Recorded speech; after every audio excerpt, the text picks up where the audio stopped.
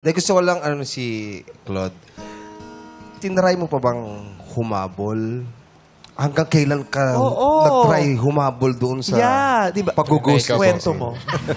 diba? Oo. Nag-message pa rin po sa kanya. Oo, nagme-message pa. Ilang months tumagal yung Mga 1 month po. Mga 1 month, diba? Tapos, Namayat-maya yan, hindi yan yung once a month lang, diba? Diba? Kwento mo. tapos, Pero ayun po hindi mo din. siya pinuntahan uli sa Hindi na po. Legazpi? Ito po yung nangyari. Doon po ko yung parang, okay, tapos natinigil ko na. Nung nagpunta kasi siya dito noon, after Nagpunta namin, ng Maynila. Nagpunta ng Maynila. Correct. Diba? Bakit ka nagpunta ng Kwento mo. Nagpunta po ng Maynila, then akala ko, hindi ko na minessage kasi wala na. Akala ko, surprise ako, kaya hindi ako minessage. Baka Paano mo nalaman nagpunta ng Maynila? my God. Nakita ko sa social media and Ay, nasa Maynila siya. tas sa best friend niya na, okay, nandyan. Inisip mo, ay, baka surprisahin Surprise ako. Anong nangyari? Kwento mo. Nung nandito na siya, naghihintay ako umasa kasi alam mo niya naman yung address namin sa Bulacan even though hindi pa siya napunta.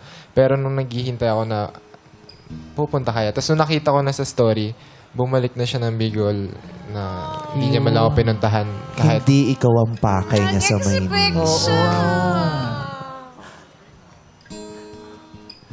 So, From time and again and Yeah. time, he Kasawian. got disappointed. Yeah. Sawi, may sawi, no? May Sawi. sawi. So, from albay to goodbye? Your face is beaming. Bakit? Bundes ka ba? Nadulcolax. Grabe naman yung mga pasundot mo. Kanta yung ang sakbing, may Grabe. Nung nawala siya, gaano katagal mo pa siyang minahal?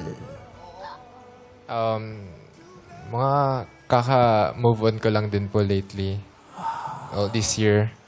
Yan po. You just moved on lately and then here you are beside that girl na nagdulot sa'yo ng tamis, sarap nung simula tapos pait at sakit nung dulo.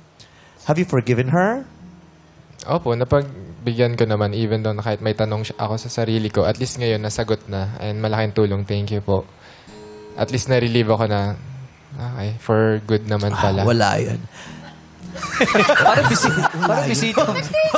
Masaya kaming naging bahagi nitong yung paglalakbay mula sa yung pag-ibig, sa sakit at ngayon ay pag-usad. At hindi lang yan, meron pa kaming sorpresa para sa iyo. Uy.